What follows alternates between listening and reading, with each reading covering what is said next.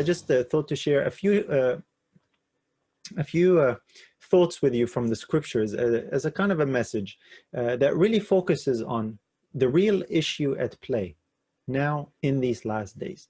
And the real issue at play is surprising to a lot of people, and yet at the same time not so very surprising. People are realizing that, you know, the truth is not just to be taken for granted by those as a given from those that we have learned to trust. We have to search for ourselves, and when we search for ourselves, we make a stand for the truth.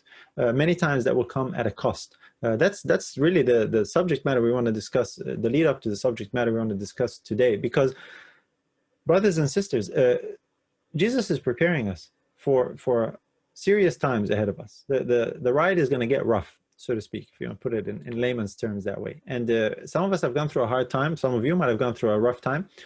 Guess what? There is an even rougher, harder time that is coming. The Bible actually describes it as a time of trouble, such as never was since there was a nation. I want to introduce it by a story that is familiar to you. Let me put the screen on here. Is the title of what we're going to talk about. And the story is the story of the blind man. This blind man that Jesus encountered when he was walking with his disciples one day is recorded in John 9. Here it is, first 3 verses. And as Jesus passed by, he saw a man which was blind from his birth.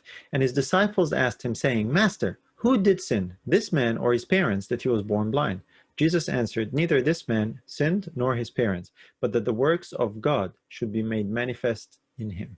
So here's the circumstance, familiar with the story. What condition was this man, what was the cause of the condition for this man to be that way? That's the question. What caused this man to be blind? He was in a condition that is a negative condition, a disadvantaged condition. And the question that the disciples were asking was in relation to his lineage, his heritage. Did his parents do something? Did he do something? And the answer to the question, Jesus answered and says, it's not him and it's not his parents. And he stops there. And then he says, he takes it to a positive note. He says, the works of God should be manifest in him. That's the purpose. And then he heals him, and we're going to explore that a little bit. But the answer that Jesus stopped, they didn't continue to give. He says, neither this man sinned nor his parents. The answer to why this man was born blind is because Adam had sinned.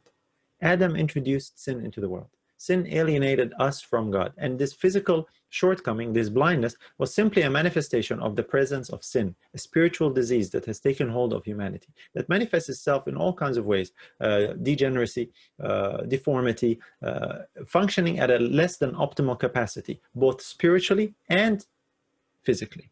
And so this man's blindness was because of Adam. It's interesting that and I say this in a sense that we all understand all the problems in this world. Sin was introduced into this world when Adam made that decision. That's why I'm saying that the reason why he was born blind is because of Adam. Interesting that this statement was made by the second Adam, the last Adam. So this lesson, this story is a gospel theme. It's not just about the healing of the blind man. It's about the gospel theme. And there's a vital end-time message really contained in this particular beautiful story and the experience of this man. The reason why I'm saying it's a gospel theme is because the story of the blind man is really the story of all of us. We are all blind. We come into this world blind, spiritually blinded, spiritually alienated from God as a result of being born into the family of Adam. And Jesus is the last or second Adam, and he's the one who delivers us. He's the one who gives us sight. He's the one that heals us as he healed this blind man. So he healed this blind man, illustrative of the work of the second Adam. He came to redeem, to restore, to fulfill, and to bring back that which Adam had lost, and he lost it for his children as well. So the man is the man is healed. The man who's born blind is healed, and he has this interesting encounter.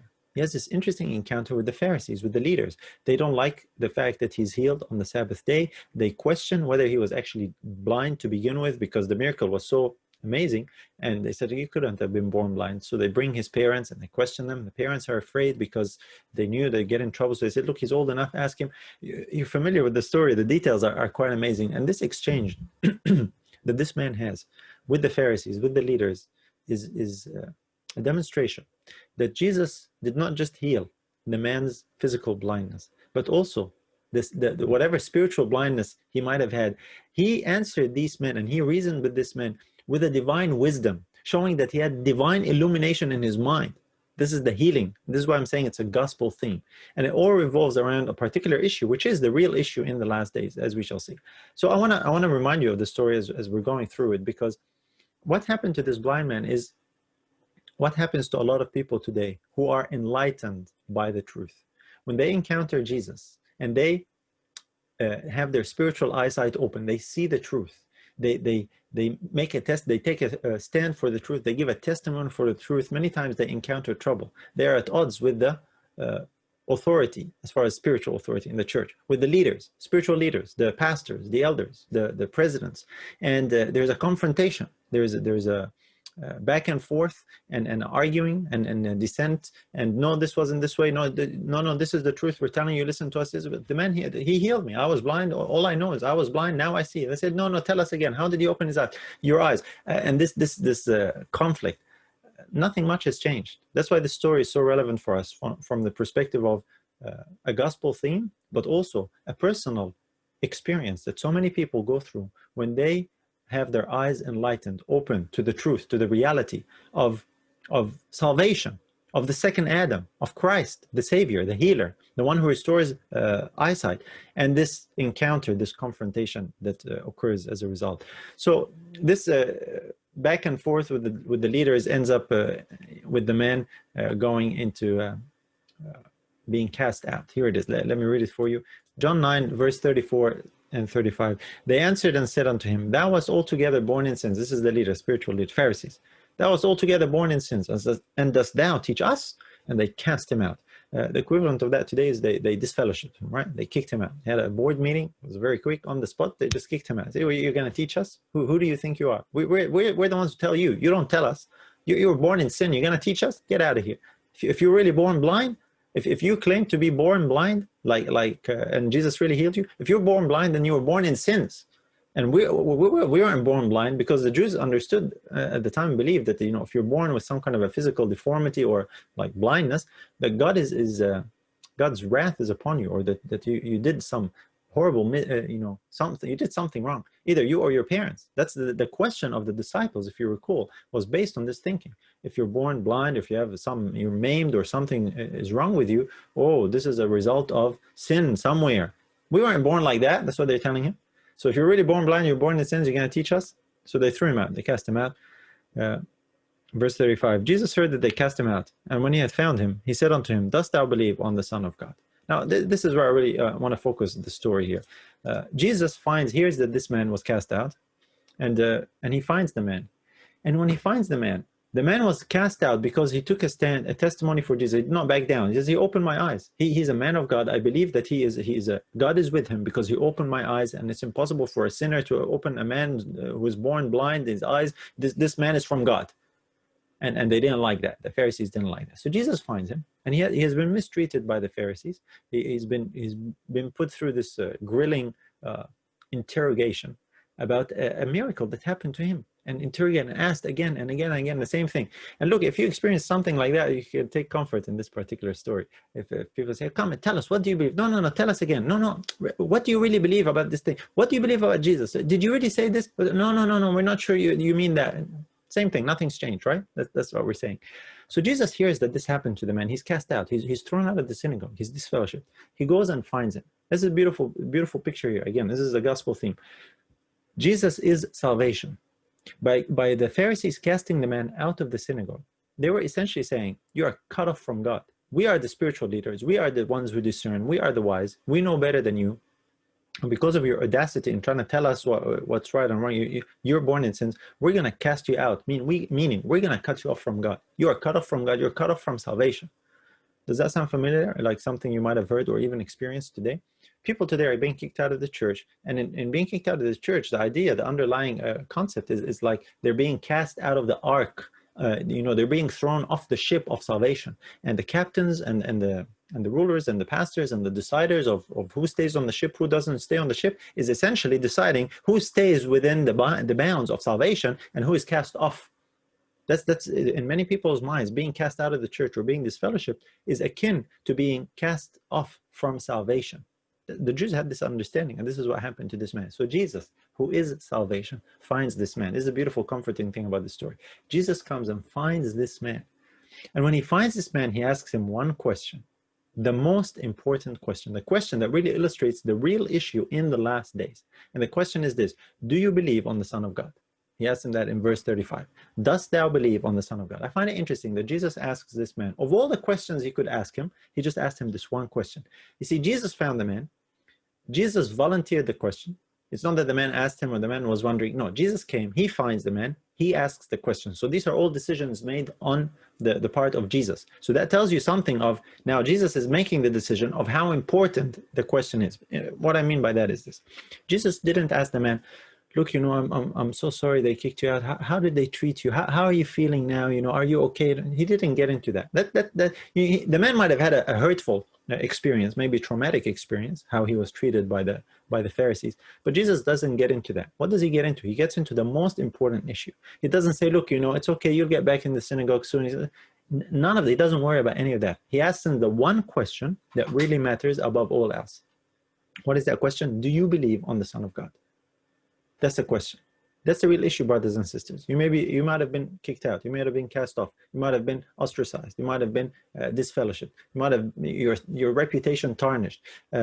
Presented to people as a sinner. That's what they said to this man. You were altogether born in sins, and you're going to teach us? What do you think they told people? This man, we kicked him out, he was born in sins, and claiming this and claiming that. They would have tarnished his reputation. You might experience something like that. The beautiful thing is this: Jesus finds this man outside the synagogue, outside the denomination, being cast out, disfellowship. Jesus seeks and finds those who are disfellowshipped. And you know what he does? He doesn't say, it's okay, I'll get you back in the church because that's where salvation is. No, salvation is in me. That's what Jesus says. And for you to really be saved, all you need to worry about, all we need to figure out is the answer to this most important question. Not how painful it was that you were kicked out, how traumatic, how do you feel about it? It's okay, I'll comfort you. All that is good. Christ does that. But the real issue, the real question that matters at the end of the day is this question that Jesus asks this man: do you believe on the Son of God? That's it. If you answer this question, you have the right answer to this question, everything else doesn't matter. It doesn't matter if you're in, out, kicked out, not kicked out, disfellowshipped, unfellowshipped, refellowshipped, whatever.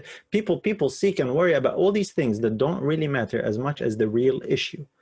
Do you believe on the Son? So what was the man's answer? The man's answer was very clear. Here it is, verse 36 to 39 of John chapter 9. Continuing, he answered and said, who is he, Lord, that I might believe on him? And Jesus said unto him, thou hast both seen him, and it is he that talketh with thee. And he said, Lord, I believe. And he worshipped him. And Jesus said, for judgment I am come into this world, that they which see not might see, and that they which see might be made blind. Here's amazing response here, answer and what Jesus said. So the man, evidently, you can see from the story that the man did not see Jesus when Jesus healed him. Because if you remember, the way that Jesus healed him is he sent him away blind to the pool of Siloam, and he told him, go wash in the pool of Siloam. And so the man went left. He never laid eyes on Jesus yet. He goes to the pool of Siloam, he washes, he comes seeing, and this encounter with the Pharisees, they kick him out. So now he sees Jesus. And when Jesus asked him this question, he says, Lord, who is he? And it seems like there was a growing realization now in the man's mind that this was his healer. When Jesus tells him, it's me, basically. He says, you have seen him. It is he that talks with you. It's me. And the man would have recognized now, not by sight, but by spiritual sight. This is the interesting thing. His spiritual perceptions were open, and Christ opened his spiritual eyes, not just his physical eyes, and he didn't depend on his physical eyes to identify him as the Son of God. He was new to him as far as the physical eyes were concerned. But with his spiritual eyes, he recognized it. He says, well, who is he, Lord? He wanted to believe. When Jesus said, it's me, the man acknowledged that, and it says here that he worshipped him. Beautiful, absolutely beautiful story. Brothers and sisters, this is a mighty, mighty lesson for us. Jesus finds you wherever you are, cast out, ostracized, reputation tarnished, blackened. And all he asks is, listen, do you believe on the Son of God? That's what really matters. Have I opened your spiritual perceptions for you to come to the place where you see, recognize, and believe on the Son of God, that it is me? Bow down and worship him, like this man says. Acknowledge him, recognize him, and accept him for who he is. Then everything else doesn't matter as much. Now, I'm not trying to minimize or do away with some of the unpleasant experiences that people go through in the encounter and this with the church and being cast out and board meetings and what people say and what people do. That's, for the most part, that's very unpleasant. And for some, it's worse than others. I understand. And there are some horrific stories. But let me tell you something, brothers and sisters. That is nothing compared to what some of us might go through. What really matters at the end of the day is, Do we have the Son? Do we believe on the Son? Do we recognize the Son for who he is? And Jesus' answer here goes on and says, for judgment I am come to this world, that they which see not might see. That's the blind man. He couldn't see, and he came so that he might see. And that they which see might be made blind. Who are they that see? Those who claim that they don't need any help. Those who claim that they already see. That's the spiritual leaders, the Pharisees, who were refusing to acknowledge that Jesus was indeed the Son of God, that he was the sent of God, that he was a divinely ordained messenger, a prophet, a healer. They were not acknowledging any of that. All these things are so because of who he is, being the Son of God. So they claim to have sight. They claim that the man was born in sins and he will teach them. They're the ones who teach. They're the guides. They're the ones whose eyes are open. And Jesus basically says, I have come to heal those who are blind. And those who think that they are not blind, who do not need healing, then they will not benefit from whatever healing I have to offer because they don't feel like they need it. How apt is that for us today with what's happening today? So this is the junction here where we take this story and what happens in it and apply it to what happens in the last days, because the real issue is the same thing. It hasn't changed. You see, Jesus experienced, like we said, Jesus experienced with the blind man. This blind man represents all of us and our experience of how we come to the Savior. Christ opens our eyes. Some of us will go through a traumatic experience with if we go contrary to the norm, to the majority, to family, to members, to whoever it might be. And this has been predicted, like this man's experience was. And the issue that really matters, Jesus says, is if you believe on me as the Son of God. Here's how Jesus puts it in Matthew 10, verse 32. Whosoever therefore shall confess me before men, him will I confess also before my Father which is in heaven. But whosoever shall deny me before men, him will I also deny before my Father which is in heaven. Think not that I am come to send peace on earth. I came not to send peace, but a sword. Amazing words from Jesus. He came to send a sword? What does that mean? There's going to be opposition to the truth that Jesus came to bring. Division, trauma, animosity, confrontation, much like what happened in the story of this blind man. Jesus came to bring healing to the blind man. He didn't bring a sword to the blind man. But as a result of the healing, separation happened. Alienation. He was cast out. They threw him out. But Jesus found him that was cast out. And here's the thing that matters. He says, whosoever therefore shall confess me before men, him will I confess also before my Father which is in heaven. The man confessed Jesus. He acknowledged Jesus. He held on to his faith in Jesus. Same thing applies for us today, because what Jesus is saying here is applicable in the last days. What is it about Christ that we confess before men? Christ being who he is, who he said he was, the Son of God, which is the very question that he asked the blind man. Do you believe on the Son of God? Brothers and sisters, this is the destiny deciding question. This is the real issue in the last days. It was the issue in the days of Christ, all the more so in the last days. A lot of people think the issue in the last days is about figuring out, what's happening and knowing what's going to happen when, and the vaccine. Everybody's talking about the vaccine and the globalization and what's going on, where we're going to run, where we're going to hide, figure out where we are in prophecy and all this. Let me tell you something right off the bat. The real issue in the last days and being ready in the last days is not knowing all these things and they have their place. It's good to know them and be informed of them. The real issue is knowing the Son. Now, having said that, what is happening in the last days is outlined in prophecy, and I want to briefly touch on that. But before we go on, here Jesus also gives this warning. So whoever confesses me, Jesus confesses before my Father which is in heaven. But whosoever shall deny me before men, him will I also deny before my Father which is in heaven. Here Jesus shows you what the real issue at play is, especially in the last days. It's all about Jesus Christ. All these things are the backdrop. They're the context. They're actually secondary. Knowing what will happen when, and Sunday law, and the issue of deception, and what rights do we fight for? Do we refuse taking a vaccine? What about if there is a chip on this? And there's all kinds of talk, and there's all kinds of excitement, and there's all kinds of even panic when it comes to all these things. And people think, oh, I better make sure I know the latest and greatest information and detail on what will happen so that I can be ready. Here it is. It's all about whether you confess Christ, whether you deny Christ. What is it about Christ that you confess or deny? Well, it's right there in the question that he asked this man. Do you believe on the Son of God? Do you confess that? Do you acknowledge, believe that, and confess that? Do you deny that? That's what matters. And this will bring a rift. When Jesus says, I think not that I came to send peace on earth, I came not to send peace, but a sword. A sword means a rift. This is what will cause a division. There's going to be two sides to this. Those who acknowledge, those who confess, and those who deny. That's really what it is in the last days. Two groups of people. however you want to put it, is going to be two groups of people, and it will all hinge, it will all rotate around the sonship of Christ.